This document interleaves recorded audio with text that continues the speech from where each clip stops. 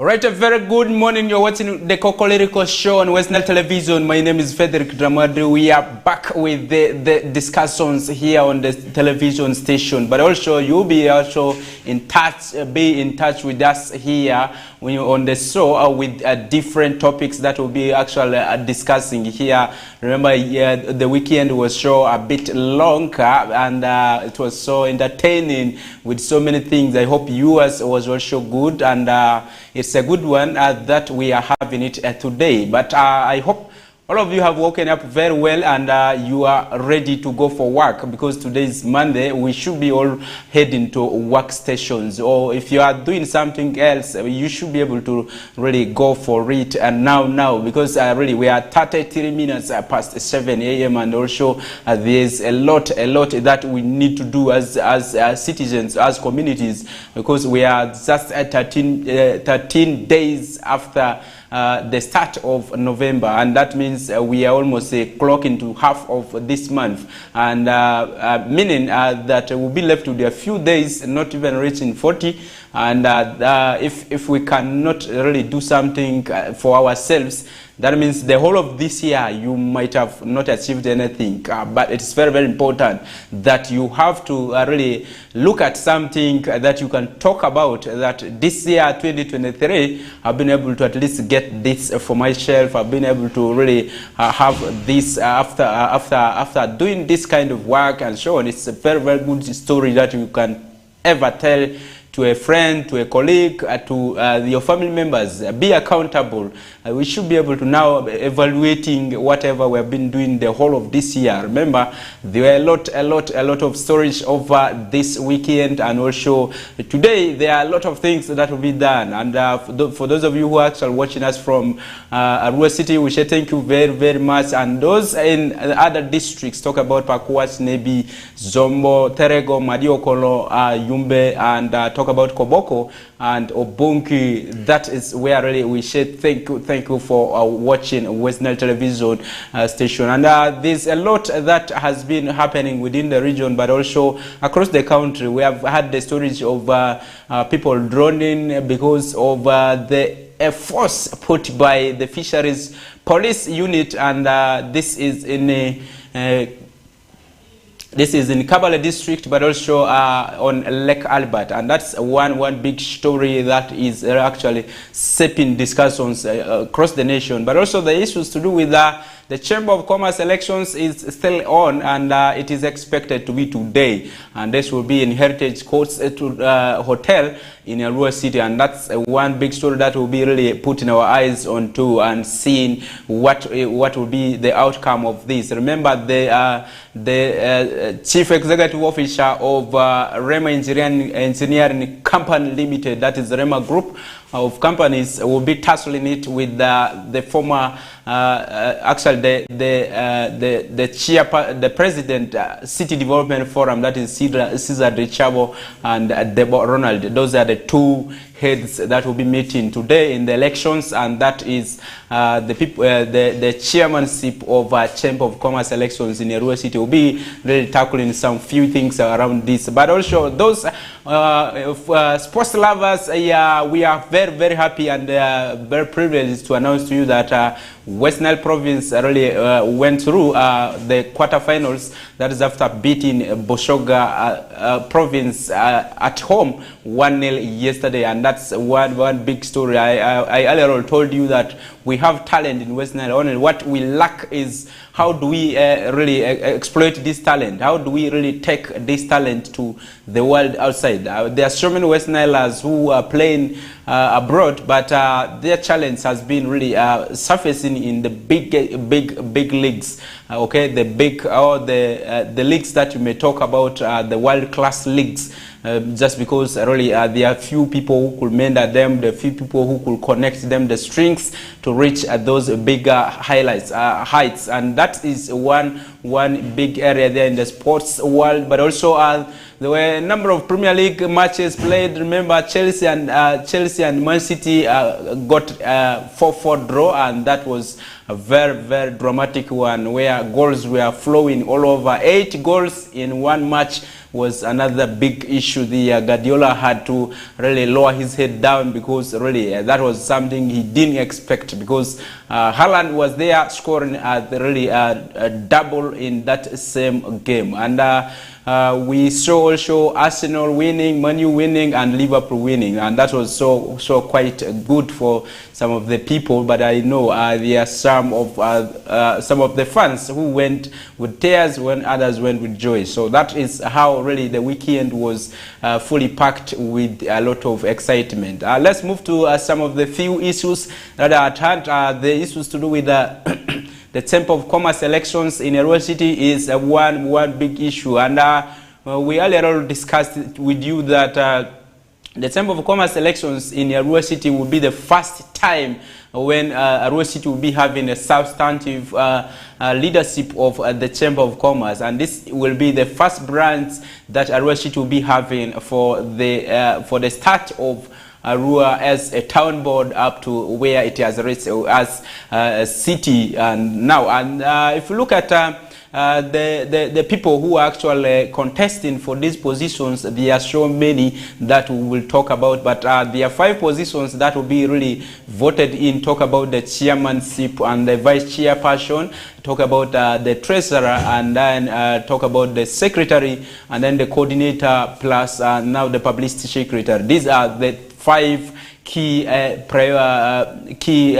positions that will be really looked at in these elections today. And this election is expected to start by 9 a.m. sharp, and the arrival and verification of voters will be starting at around 8 a.m.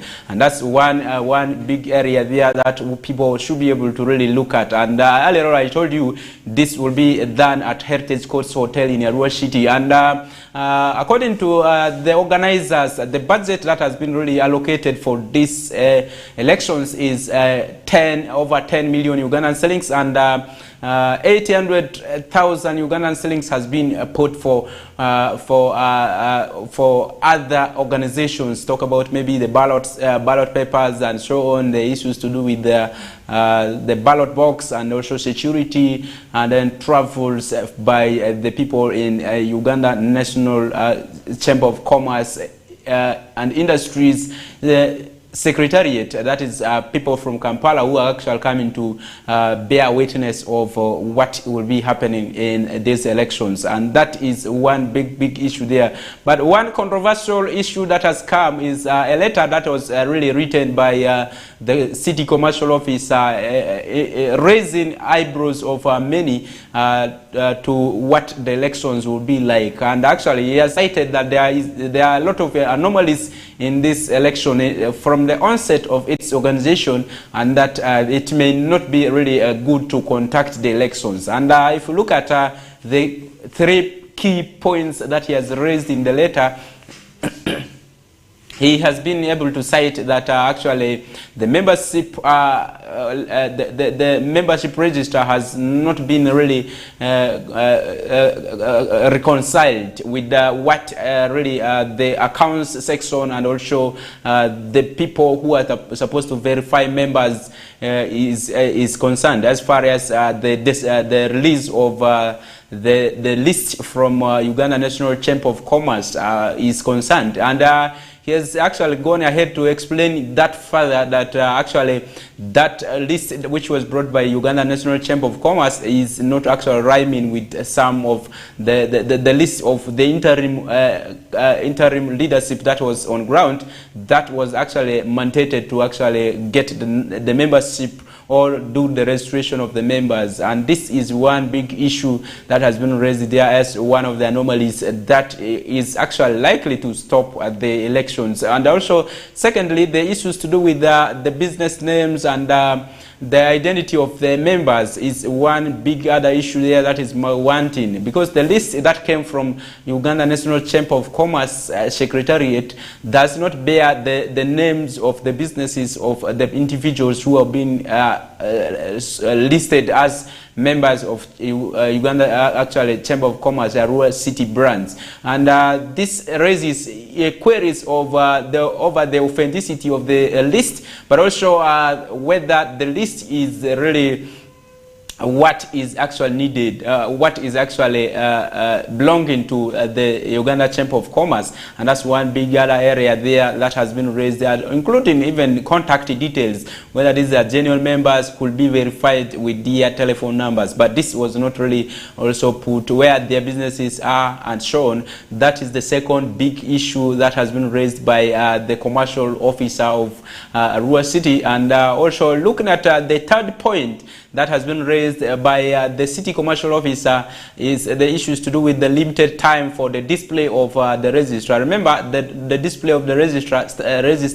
of the list of members who are supposed to participate in the elections was released last week, and this is contrary to the constitution of Uganda National Chamber of Commerce and Industries, which actually clearly indicates that this list is actually supposed to be published 2 weeks before the election date, and that means that is a breach of the election rules. And if you look at his conclusion, he said actually in his opinion the elections should have not been conducted because of these irregularities. Once they are not ionized, or once they are not really harmonized and really followed within the laws, it may attract legal implications. And he feels that the elections should not proceed until the anomalies are rectified, and that is a letter that was written on the 10th of November 2023. That was just on Friday.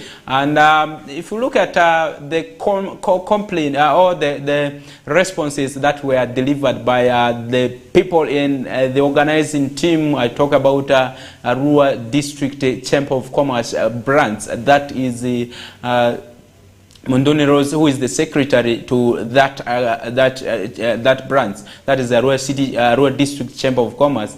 He actually highlights that for him, the letter does not seek anyone in relation to whatever they have been able to see, but also the letter does not carry any sense, because it is not something that will really be pinning, because for them they feel like there is nothing like the breach of any of those rules by according to the constitution of the Chamber of Commerce. And that is the response from the organizers. And what do you make of that? That is one thing we really want to see or hear from you. For those of you who are really watching us right now, you can share your comments about this, and could this be one of the tools that will really block the process, the progress of the elections? Is it one thing that we see that there's incompetence in the leadership of the district that is supposed to really monitor the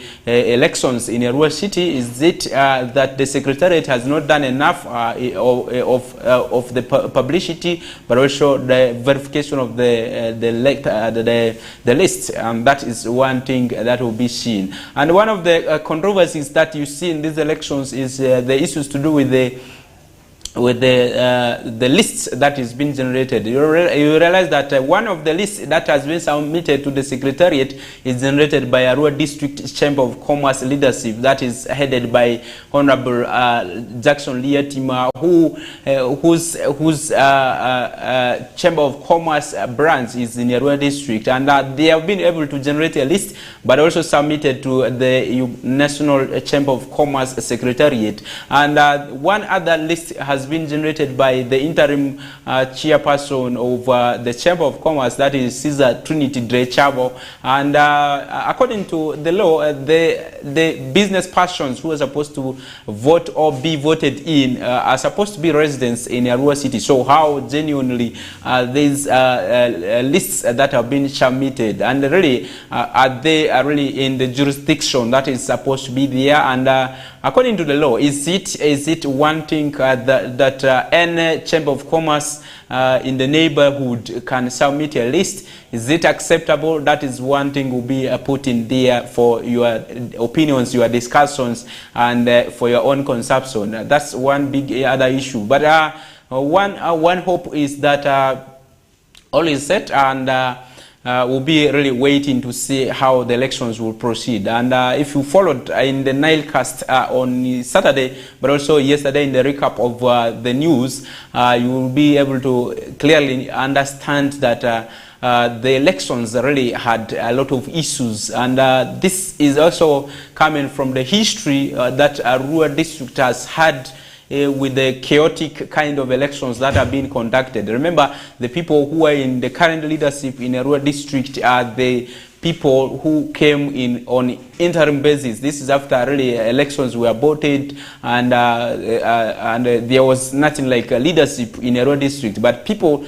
found themselves naming themselves as leaders, and eventually Uganda National Chamber of Commerce had to accept them because there was no alternative to do that. And this is the last chance that has been given to Arua City to conduct those elections, and if they fail to now today agree to have one candidate already through as the leader or the chairperson, and with his committee, that means Arua City will have to miss out of the leadership which will be recognized at national level, and that means it will block Arua City from participating in the regional and national elections that will be for Chamber of Commerce. Remember, the Chamber of Commerce is one big entity, the business entity that organizes all the business persons, and also really that is mandated to link in the business communities in the country to those outside the country, but also to different entrepreneurs, and also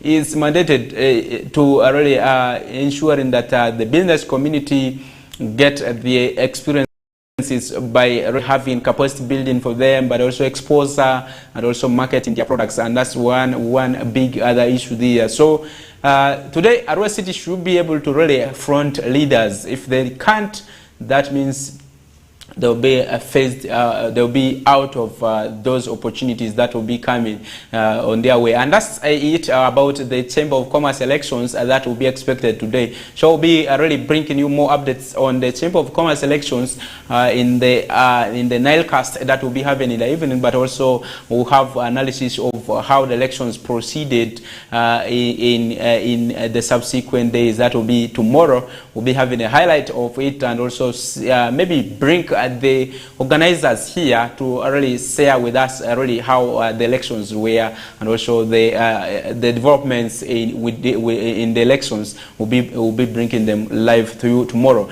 And let's move away from that and move to really a very big issue that is talking about the issues to do with the enforcement by Uganda Fisheries Department. And you realize that a number of people have perished in this kind of enforcement. Maybe before we talk about that, there's another big story that really ran this week and last week, actually, towards the end of last week. The issues to do with the URA and community or the smugglers interface, and there was one big issue in Koboko district where really a smuggler who was carrying a jerrycan of cooking oil and 6 bags, or actually 5 bags of rice from DRC coming to Uganda, and this person was intercepted by the URA and decided to turn back to DRC.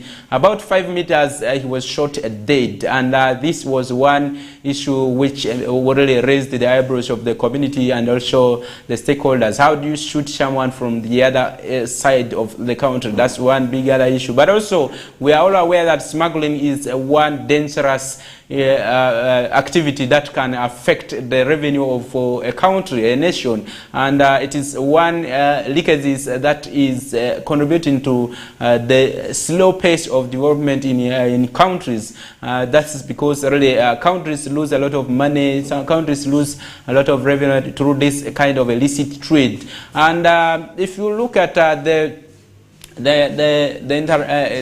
reactions of what happened, we show a lot of protests in Koboko municipality. This was because of the ruthless actions of the Uganda Revenue Authority officers. How really would they suit someone like that, and was this the first time, and so on. And that those were some of the reasons, concerns really raised in that protest. But people need to understand that smuggling is bad, but also really URI has to take to its mantle to educate the community, the people, about really how to formalize businesses. Okay, it's very, very important. How do you transport goods from another country to the other? That's another big issue there. We should be able to really deploy as entities if that want to really generate a lot of money for this country. We are all aware that aid has been really dwindling so much, and also donor support has also been really the one issue that has been reducing so much. And we are aware that this affects a lot of development interventions by government. But how do we come in together with the communities as unity, or in unity, to ensure that there is nation building as we do it together, as we all venture into bringing taxes together, but also looking at the aspect of communities finding it easier to file their taxes. How do we do that? One of the issues is really expediting on communication. Communication is very, very important. Through community dialogues, sensitization on these media platforms, we have seen so many times really media owners are ready to actually pass the information, but it is difficult to sometimes access these people from URI. They feel like they needed to first call the headquarters and so on. These are things at a regional level. Can't you decide to really go on air and say, people, this is how we want taxes to be paid? And also, if you want to formalize your businesses, this is the cheapest way. And those are things that people want to hear. But if we go to engage you and you tell us that we need to write to the headquarters and so on, that means you don't know actually what you are supposed to do at the regional level. Yeah, if you want the commissioner of URI to first come to communicate that yes, you can go and maybe sensitize the community, that means you actually don't know what you are supposed to do at your own capacity. So it's very important that URI has to now style up and really take to their mantle and start really educating the community on a weekly basis. It's not easy for somebody to say, I want to pay part of my profits as taxes. It's not easy because everyone wants to at least collect some money. But if we engage the community routinely and make sure that our community are able to really get the message and really be part of the tax collection, it is easier for URI to really continue with their interventions of building the nation, collecting taxes. They will realize that they will not be even forced to do enforcement. You'll just only be supervising who is not filing the taxes, why, and so on. You should be able to now go to these people to ask them what is going on wrong. Is it that business is not flourishing? And those are the things. Apart from now really wrapping shoulders with the traders and so on. That's the only way you can really have that. Let's leave that story of the URA and the Koboko residents there and move to the story in Kabale district, where really 3 people were confirmed dead and one other was survived and was arrested. And these people who were really fishing on Lake Albert and looking at the issues there, it is actually clearly indicating that these 4 fellows went to do fishing, and they were using illegal fishing gears and so on. Because of the impact of the illegal fishing nets and so on, you realize that many people can fish even the young fingerlings and so on, and it affects the production of quality fish on our lakes, on our rivers and so on. And this is one area that the fisheries department, the marine department is trying to fight. And it is alleged that when these 4 people went into fishing, they show the marine police that came in and really started chasing them on the water, and all of them had to jump over or into the water from their canoes and started moving on, swimming and so on. But unfortunately, one of them actually only survived. The rest got drowned. And according to the fisheries police at in Kalangala district, they actually actually Kabale district, also Kabale sub-county, they explained that the three actually dived into the water, but they were able to retrieve one body that was on the 8th of this month. And retrieving the body yesterday was one issue that was raised. Where are the rest of the bodies? Actually, they confirmed that they are still actually looking for them. It's one unfortunate thing. How do we strengthen the relationship with these people? And how do we ensure that people use the rightful gears to venture into fishing? That is one big other issue.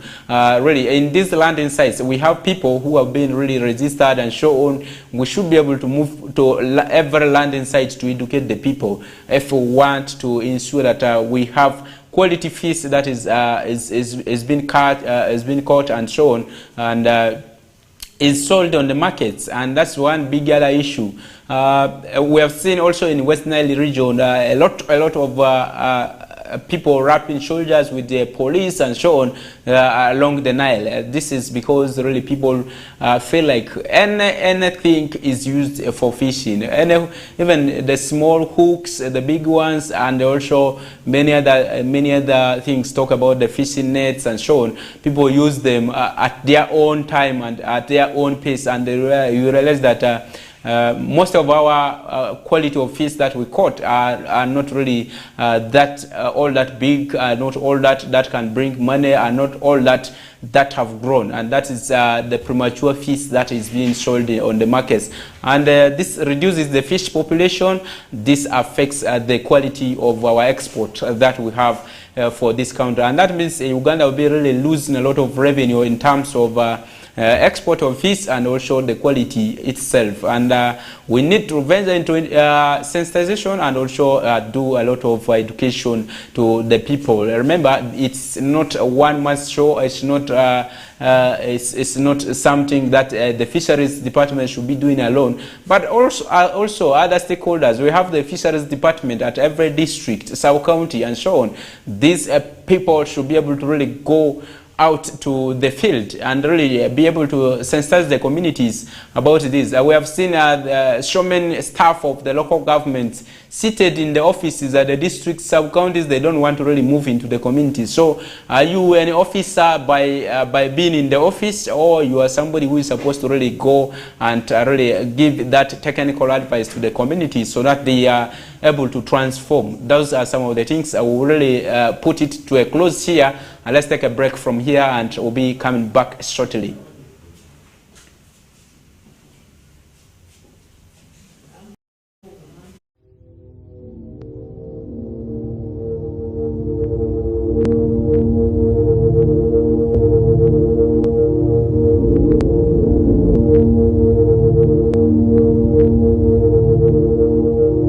West Nile TV, lighting up the region.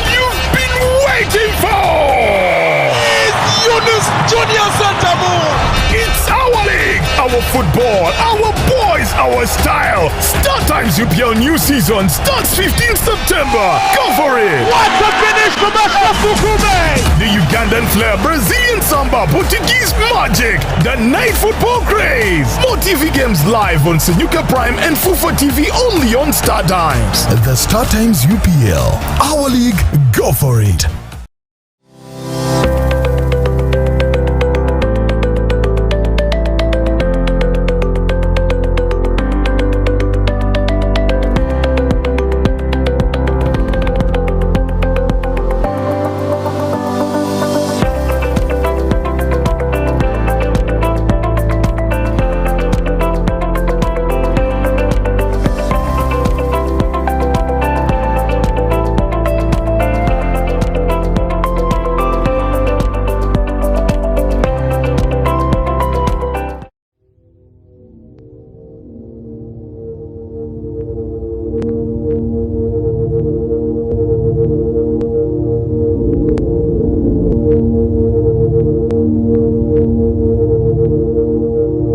West Nile TV, lighting up the region. Come back from that commercial break, and earlier on we are discussing the issues of enforcement versus really a dissemination of information about what we are enforcing about. How does how do these entities that are responsible of enforcing or really doing a lot of things to do with revenue collection, how should they really behave? That's one thing.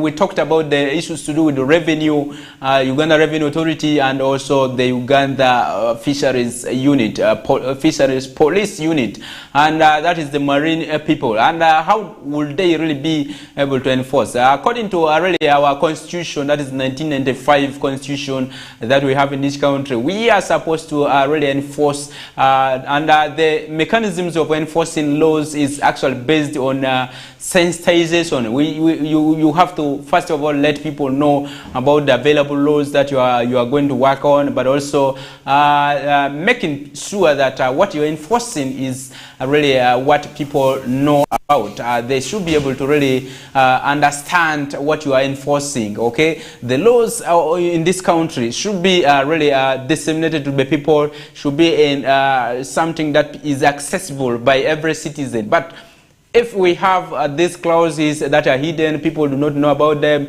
and we feel like we're enforcing, how will really people comply to some of these kind of things? And that means we all the time getting challenges in enforcement of these laws. And for instance, if you are going to maybe arresting someone over maybe any breach of the laws, how could the person respond? How should the person be able to comply with you? And that's why sometimes we see people fighting with the enforcement officers at some point, just because really they don't know what it takes for them to really be abiding by the laws and so on. So that is one big thing we need to really understand and also take positively if we want to really succeed in enforcing some of these laws that we're talking about, but also ensuring that what we enforce does not affect only the citizen, but also looking at how it should be really packaged.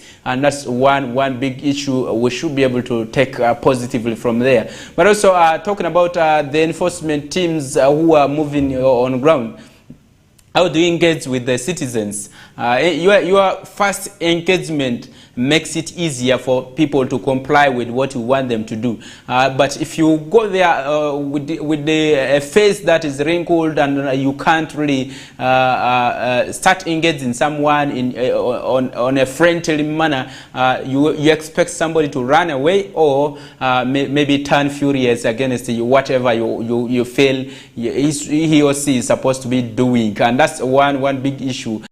And the grasshoppers are back, and we are already receiving lots of people moving to illegal connections, and that's to do with electricity. But so many people are already erecting mabatis and so on, buying bulbs that not energy saving and so on. Those are some of the issues already coming to our notice here. Remember, the month of November and partly in December is where really grasshoppers really invade the city center because of the light and so on, and also really many people. And this is one big area that always moves with the issues of gender-based violence. We have seen so many times people have gone into other levels. Talk about maybe defilement cases, increasing cases of rape, cases of burglary comes in because really people are concentrating at night on collection of the grasshoppers and so on, and they leave their homes just unattended to. So at some time you see thieves coming in, thugs coming, breaking and so on. Those are some of the issues that are coming there. And if you look at the Uganda Electricity Regulatory Authority has actually communicated on this and stated that people should not be able to do illegal connections, and this is after really one of the women was caught off or was actually shocked by electricity when she was illegally connecting power to her bulb to ensure that she's able to harvest a lot of these grasshoppers. And that is one big area there we need to really take seriously. And we have so many people who are already connecting power to their bulbs to ensure that they are able to collect a lot of grasshopper. Here in Arua City, it's the worst that you will ever see on a day like November like this. And it's many times one big area where people go and children do not want to sleep. They are always there in the bush trying to look for grasshoppers at night. And I'm told that at night is the easiest way you can collect a lot because they will not see light, they will not see you coming and so on. People harvest a lot of them. But one other big unfortunate thing that always comes with the grasshoppers is some people are also going into harvesting other people's women, and that's one big opposite thing that you always see, and that's really against the laws of this country. So once you are caught really moving on with somebody's wife, moving on with somebody's husband, you should be able to be ready to be charged with adultery, and that's one big challenge that we should be having. So if you are moving to do maybe the harvesting the grasshoppers at night and so on, you should be able to have a security, somebody who moves with you as family, you move together and so on. You should be able to also come together at the right time. But the issues to do with the illegal collections is a very, very big issue there. Many people buy bulbs that are not really eye friendly. Okay, many people have suffered eye defects because of the light that is being projected by or reflected from these bulbs. And also talk about the issues of the chemicals that are banned to attract the insects and so on have been one of the worst things to the skins, and many people have been suffering about some of these things. So if you are moving out there and looking for this, you should be able to take care of your health and also take care of your safety, security, and so many other things. And that is one big thing there. And the first day grasshoppers came this year to Arua City was 2 weeks ago, and a cup was sold at 5,000 Ugandan shillings. But now, yesterday was another day when they were really so much in the town, and the cost came down to 3,000. And so if you are wanting to eat grasshoppers, you can really now buy at 3,000. And today is another day. You will really be able to see how it is moving on. But also the issues to do with the connections to power. According to really Wenreko, that is the main supplier of electricity in the Western region, the persons who want to do connections should have gotten certification from their offices, but also really get clearance about the kind of bulbs they are connecting themselves to, but also the connections be done by people who are trained and certified by the Electricity Regulatory Authority to ensure that they do the rightful connections, okay, to avoid maybe lives being taken off by shocking, okay, by short circuits and so on. That are some of these things that you'll be connecting. Many people do not have the knowledge, the technical knowledge of connections, but they feel like once I've touched a wire and I've been able to see light, that is it, it's complete.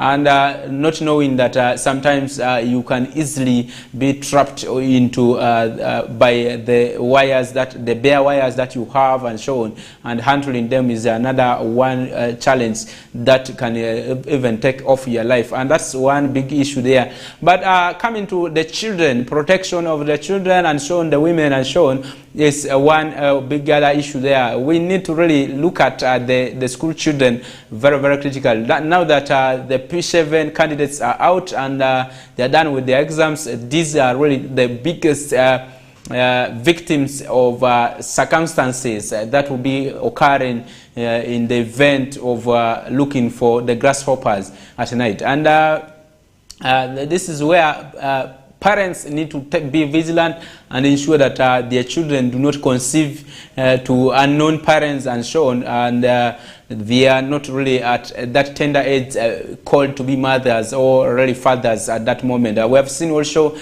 children of 14 years impregnating girls of 17 years. We have seen this, and those are really controversial moments that you will always talk about. And this occurs at such a moment where children are left to louse around on the streets. Children are allowed to move anywhere without any control. And we've seen justifications to this when there was COVID and schools were off.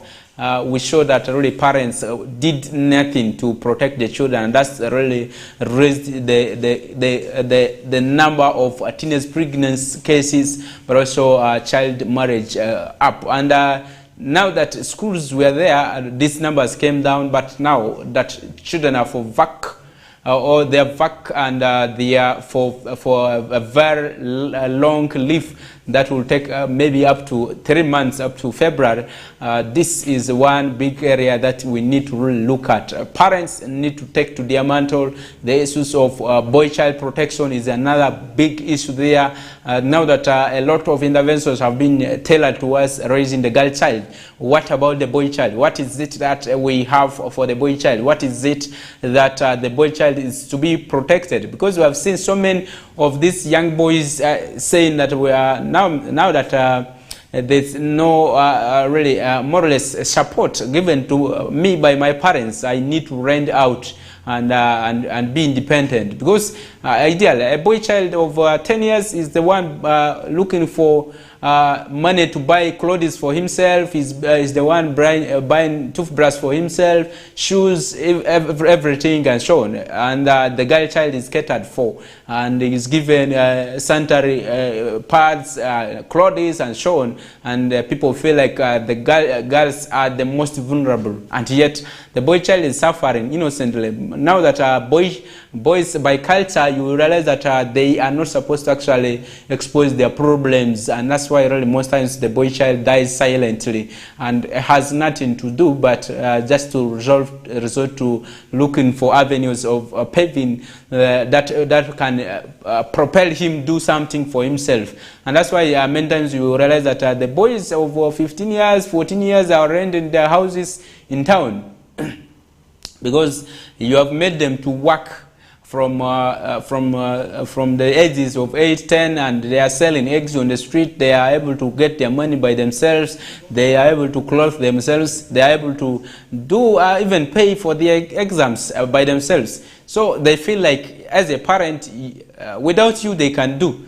And that's one thing that we need to really look at. Organizations need to really focus on the boy child right now, and also look at how the two can really grow together in a confined environment, and really have the same mindset that they are dependent on their parents, but also they are able to really do enough work to their parents, not really only targeting the girl child, where the boys feel like I can now rent my own house. Now, when these boys rent their houses, the events that trickle down into these rooms, they call to be ghettos, is one of those unfortunate things that you may not really like. They will be tempted to call their girlfriends, their lovers, and so on.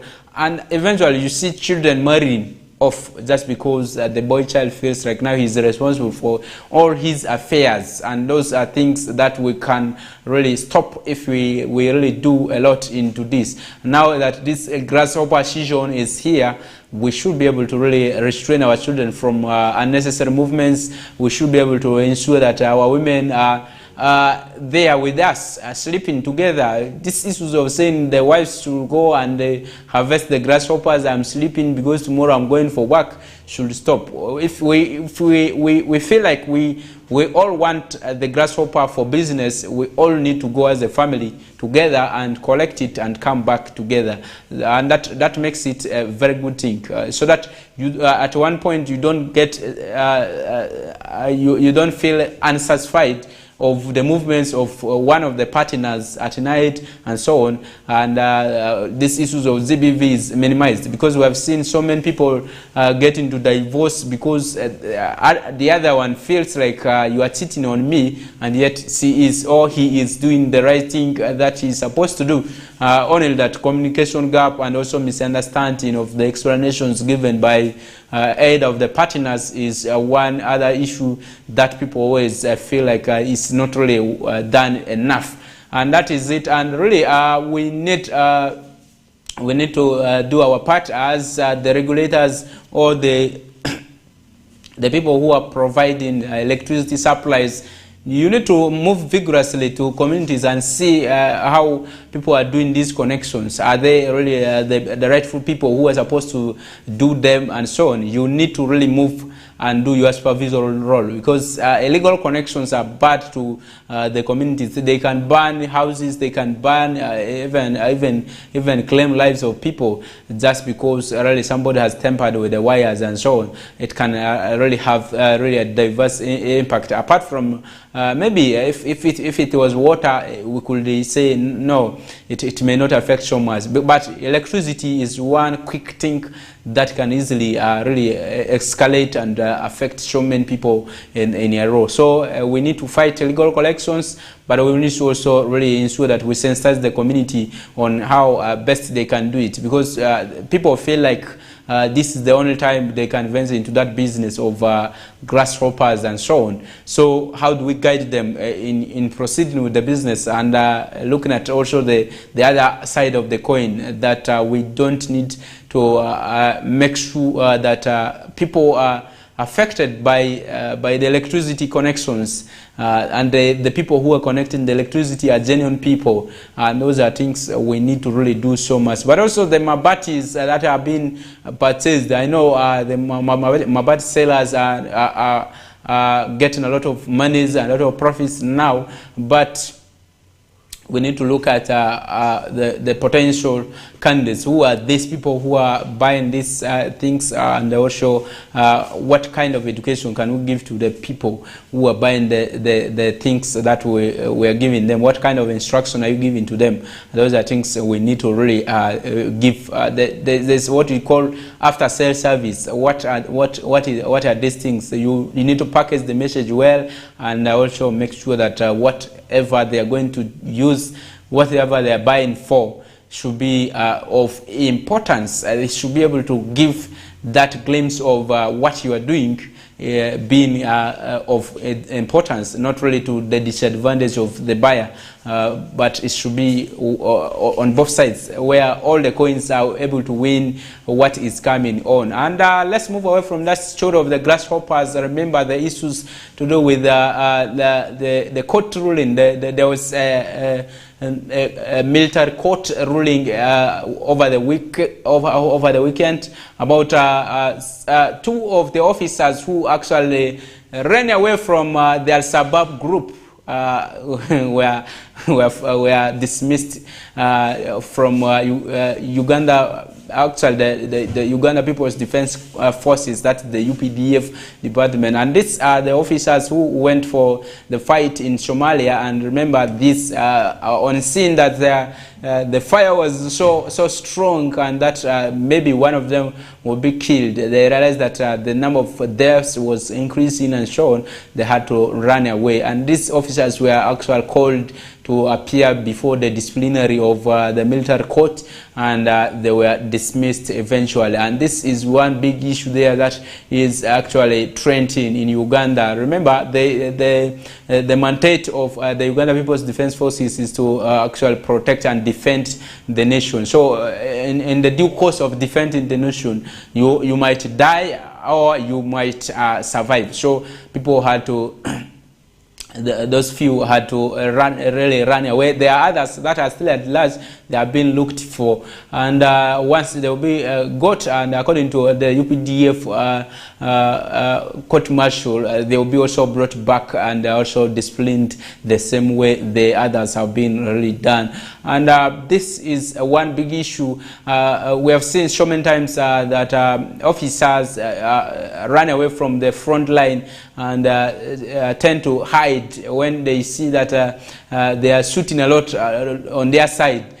They have to run away for their life. And remember, life also matters in this due course. But also, you must be aware that once you have taken an oath to serve the nation, you should be able to defend the nation. And that's why really many times it is quite challenging for many people to enter the military or the police or the talk about the security forces, because it's not really something that you should go into and feel like you will opt out, or you just go there to masquerade as an officer, but you will not be really doing the rightful thing or deceiving yourself. But the issue is, how do you work together as officers? Because if you are separating yourself or detaching yourself from others, that means you will not really be able to have a combined effort to win the war. So that is one other issue there. And these officers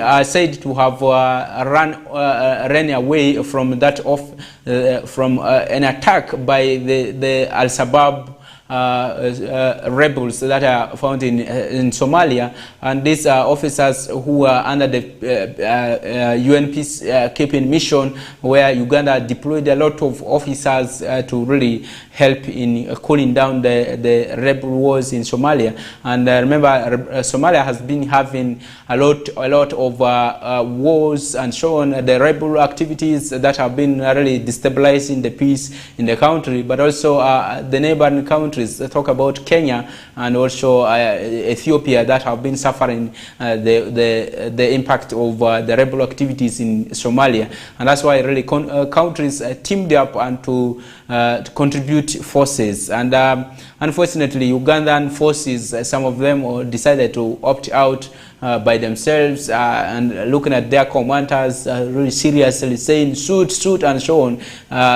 They, instead of shooting, they decided to run and hide themselves. They behaved actually like a dog that is fearful. Remember, when you look at in your homes, when there's a fearful dog and has seen somebody kicking the leg, like that, you see the dog bending the tail just down and fixing it in between the legs. That is a sign of a fearful dog.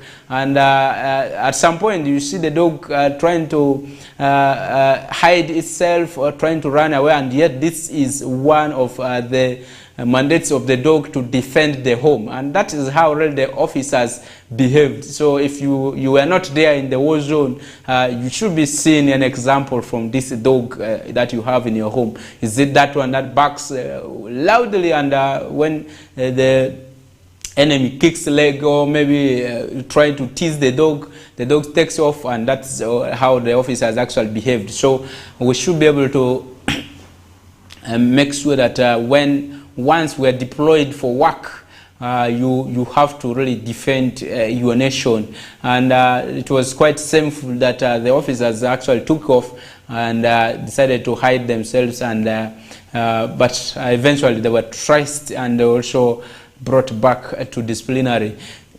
And that's one big area there. And remember, Uganda has been really one of the leading countries in terms of its tactics of fighting wars, the guerrilla wars and so on. I remember the way they kicked out Joseph Kony from Uganda, the northern part of Uganda, and how he was able to, the government was able to really absorb all the rebel groups to work with the government, and also now that they are also able to work together as citizens, and that has been rewarded through the funds that have been advanced to them and shown, and many of them have been resettled. And this is one big area that Uganda government has been able to score higher marks. But it's quite a shame in that the forces who are being praised are just run like a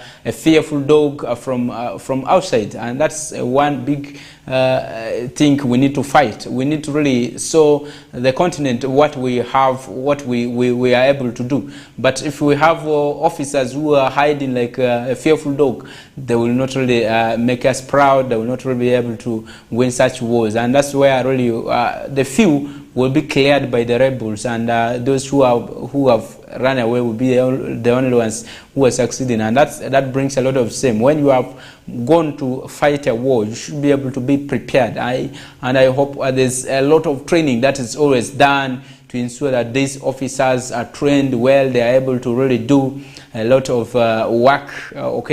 Physique is done every time, and they get to the mantle and be able to fight the war seriously, in line with whatever maybe is proposed or is supposed to be done.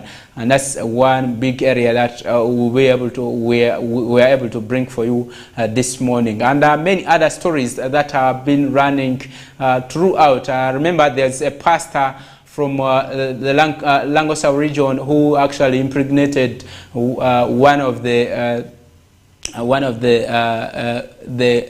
congregant's wife, and that is one big story that was coming from Langosa region. Remember, this pastor was pretending to be giving blessings to the woman, and for him, he preached to an extent that it ended into love affairs, and decided to preach up to the end of getting into the fruits of devil, and that is where really he was arrested and really taken to taken to police for trial. And that's one big issue there. That is from Langosa region. Let's take a break from there, and we'll be coming back with many other stories that are on the table, and we'll be bringing them live here after this break. Thank you.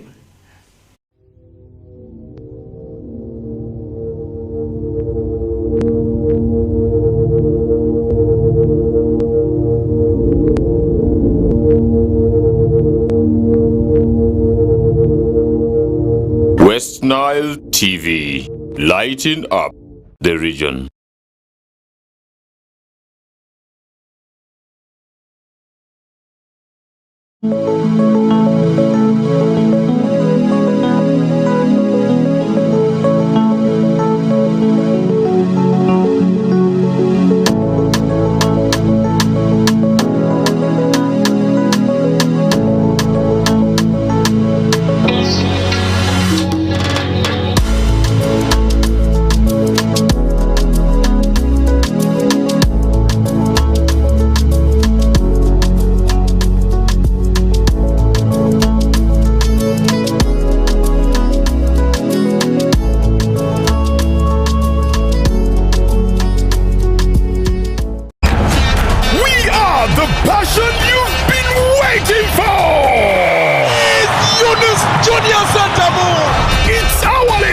our football, our boys, our style. Star Times UPL new season starts 15th September. Go for it! What a finish from Master Fukume! The Ugandan flair, Brazilian samba, Portuguese magic, the night football craze. More TV games live on Senyuka Prime and Fufa TV only on Star Times. The Star Times UPL. Our league, go for it.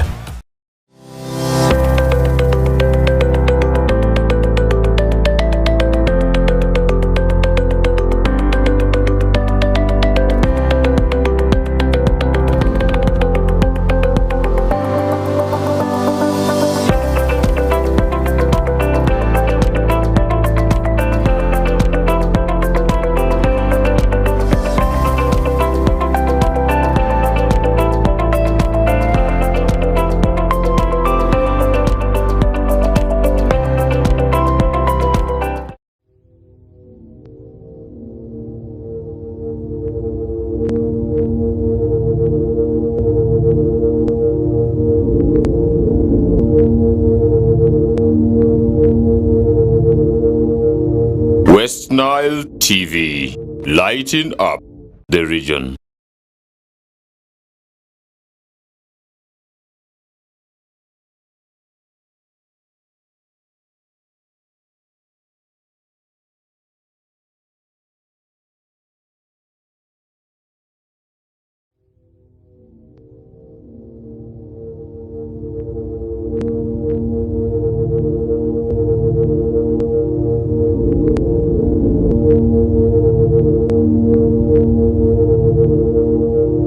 West Nile TV, lighting up the region.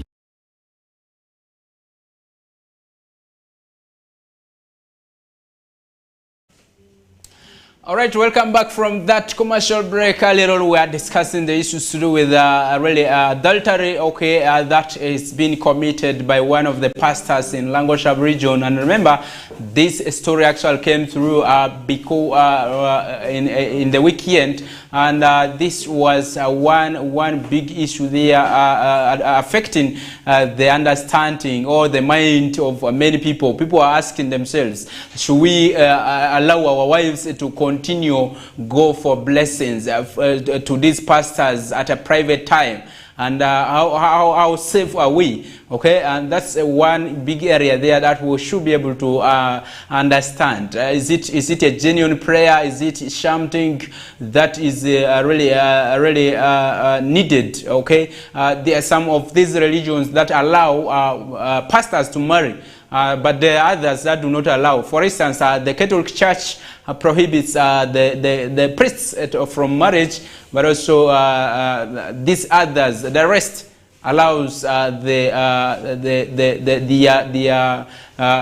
clerics to actually marry women. But you realize that this pastor was actually found guilty and also jailed for committing adultery. And this is one big issue there. Now we're asking, should we allow our wives to go for blessings at an odd hour from these pastors, or we should be able to really devise other means? Because really faith matters. We understand that faith is one thing that we should be able to take seriously, but if the faithful person is behaving unfaithful, what should we do? Should we continue to follow them, or we can go back to our African traditional religion where we used to adore our ant hills, our cows, and our mountains and so on, where the mountains were not able to commit adultery, the mountains were not able to really do something contrary that is seen to be evil. And that's one thing really we need to get your opinions from. Really, if you're watching us right now or following us on YouTube channels, you should be able to share your comments on West Nile Television, and that is the Kokoliriko show that is already running there on the YouTube channels. And that is one area there which is touching, as you should be able to really share with us your opinion or your comments about the issue. And what is it that we can be able to do as the people who go for these prayers, who go for these Juma prayers, masses, and so on? What should we do? We have some of these things called the overnight, where people go there and dance at night and so on. The preachings at night and so on. Many times these kind of issues come from those kind of prayers.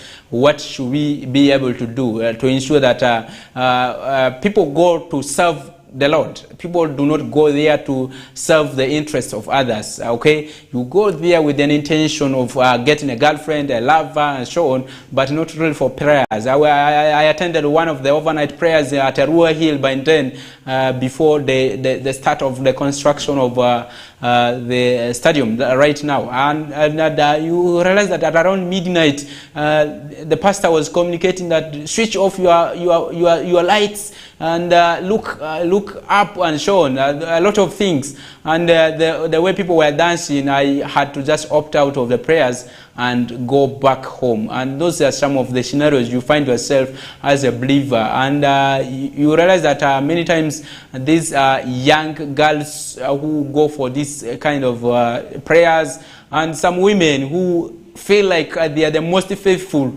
they are the ones who go there. And you have these hooligans, the young boys and men who go there seriously. You will not find mature and well-behaved men going for those kind of overnights and so on. Why? Because really people, most of the people have understood that in these kind of prayers that are at night and so on, a lot of bad behaviors occur. And it might not be the pastors, but the people who come for these prayers. Many times they are zoned into dark corridors, and the behaviors you see there, a lot of yambala is done. And the yambala kind of behavior you see brings a lot of unwanted pregnancies, the teenage pregnancies, the what we call unintended childbearings and so on. Many things happen. The transmission of sexual transmitted diseases, and many other things that you always see coming. And this is attributed to the bad behaviors that are exhibited in these kind of things. And so what should we be able to do? We have seen that the laws in regards to the faith is not really really biting in this country. You realize that the law is saying that anyone who wants to create a religion is free to do it. And you see that many of the people who come and come up with religions and so on, start it even from their homes. There are others who do a lot of sacrifice in these kind of things, and it affects a lot of human dignity and so on, and people lose a lot of confidence in this kind of religions. And that's why many times some people were attributing some of the preachings to Illuminati, okay, that they are so devilish preachings and so on, and also the type of dances. You see a pastor dancing as if he's dancing a secular music, and the way he touches the waist of the opponent's sex doesn't look spiritual. And it raises a lot of those. So I think we need, as policymakers, we need to review some of the clauses that we have for these people who are creating these religions. We need really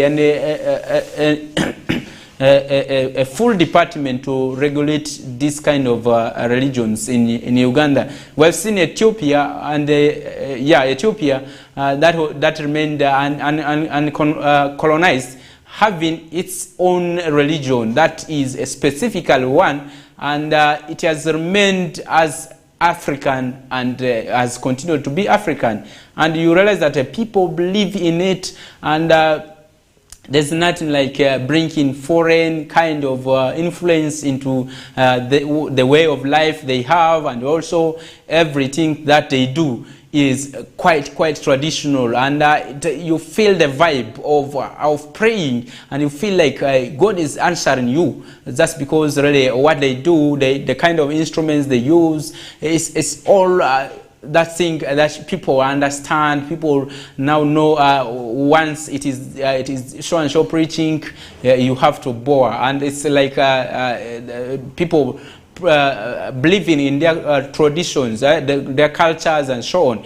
Just like that, and that's really what has really made Ethiopia a unique kind of this country, and unique in everything that they are doing. And that's one thing we need to do. We need to really regulate the aspects of creation of religion, and also who is actually supposed to really have a religion or a religion or a religious institution created in this country. That's one big thing we need to really look at, because if we cannot do all this, we'll have hooligans creating a lot of religious institutions, having their own things, and we have seen many people looking at religious institutions as one of the sources of income, a virgin income source that is at free cost, at will. It comes with tax-free, and this is one area we need to really look at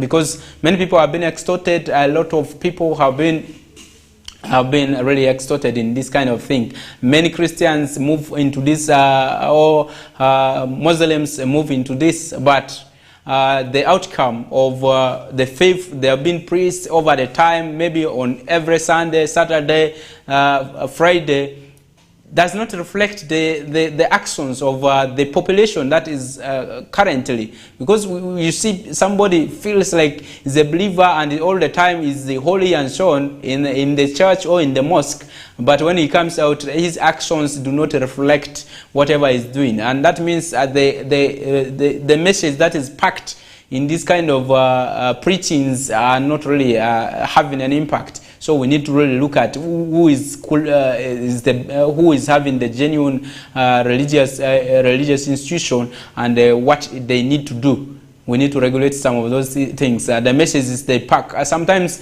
religious leaders pack messages that are so political. Some of them are with bias and so on. There are others that are so dividing. Okay, they are dividing people from being together. Sometimes because of their conflict of interest and so on. We need to look at some of those kind of things that are really done in these churches. If they are preaching about development, they are preaching about getting together, living in peace.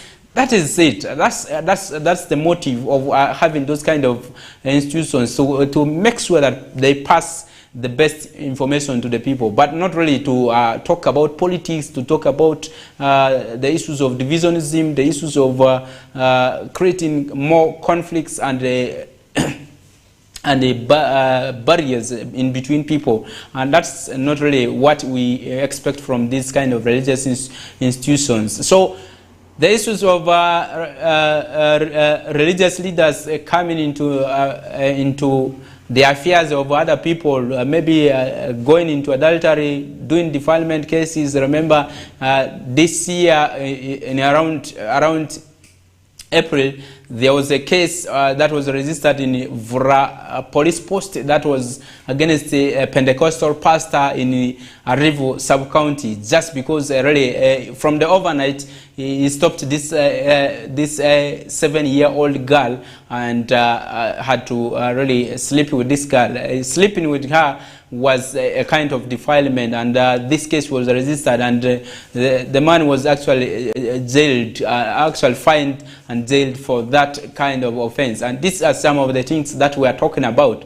We are actually talking about realities of life, and really we need a really concerted effort to fight this. If we want these prayers that are at night to continue, what are the structure, what are the security, and who are the target audience who are supposed to attend this kind of masses, is one big other issue there we need to really look at if we want to have a peaceful nation, and really a nation that is well cherished by others who are interested in coming to Uganda. That is one thing we need to regulate, the issues to do with the religious institutions, and also look at the packaging of the message they have as a big issue there. Let's move away from Uganda and move to DRC. There are issues of conflicts also still moving on, where really killings have occurred over the weekend, and 6 have been reportedly dead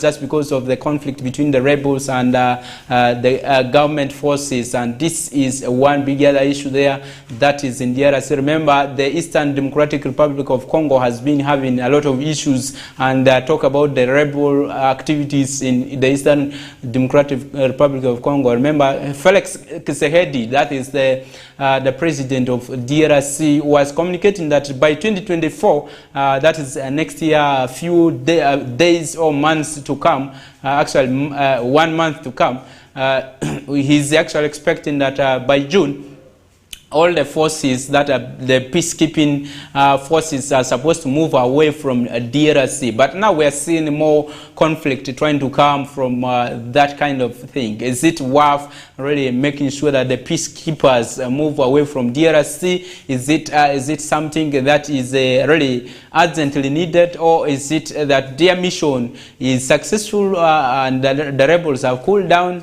Is it that the notorious groupings have been really broken down, and that the government can now take over and maintain the status quo? And that is one big thing there we should be able to understand to details. If we're talking about the peacekeepers to move away, and we're still reporting cases of people being killed by forces, security forces, especially the rebel groups and so on, and this is due to the gunfire exchange between rebels and government forces, and that means there's a lot that is still going on. And that means government still needs external powers. Okay, that means the communication was ideally raw, and that's why really UN communicated that it was still abrupt, and the need for the external forces to still help DRC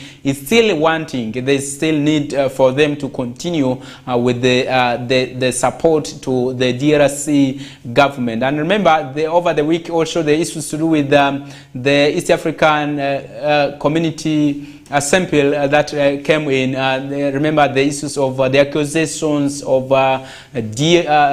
Rwanda by DRC has continued to be, and that's one area where DRC feels like it should not be part of the East African community, and these communications are coming because of the continuous allegations that have been fronted against Rwanda, and DRC feels like she is not being loved by one of the countries in the East African community, that is Rwanda, and Rwanda has not communicated, actually responded to these allegations. But the Congolese authorities continue to explain further that Rwanda not being in love with them and being financing or supporting some of the rebel groups is one big issue there, that they feel like they are not being loved, and that means they are kicking them out. They want to actually the rebels to fight them just because they are trying to fund support the rebels, unlike the other countries like Uganda, Kenya, Tanzania, Burundi, and many others, the South Sudan, that have not really said much about that conflict. Remember, it has been long that Rwanda and DRC have been in conflicts, and counter accusations have been in as far as the issues to do with their relationship is concerned. But there's hope that the East African community sample will be really fast tracking that, and also making sure that that relationship is breathed, and we are yet to see if this can come into a common understanding to ensure that the two countries live together, so that the coming of DRC into East African communities formalized and all is put into consensus to allow DRC to start enjoying benefits in the East African community. And that marks it to the end of the month edition of the Kokoliriko show, and I've been bringing you from the hour of 7 up to this time. And I will be up next really bringing you the news in Lubarati with Fete Emmanuel. Behind the camera has been really Dijon Pro, and in the production department I had Aldo that is there really trying to write all these kind of things, and really these good messages I've been able to get coming from Federick Dramadri. I'm out of the studios. Up next we'll be having the news in Lubarati. Thanks for watching.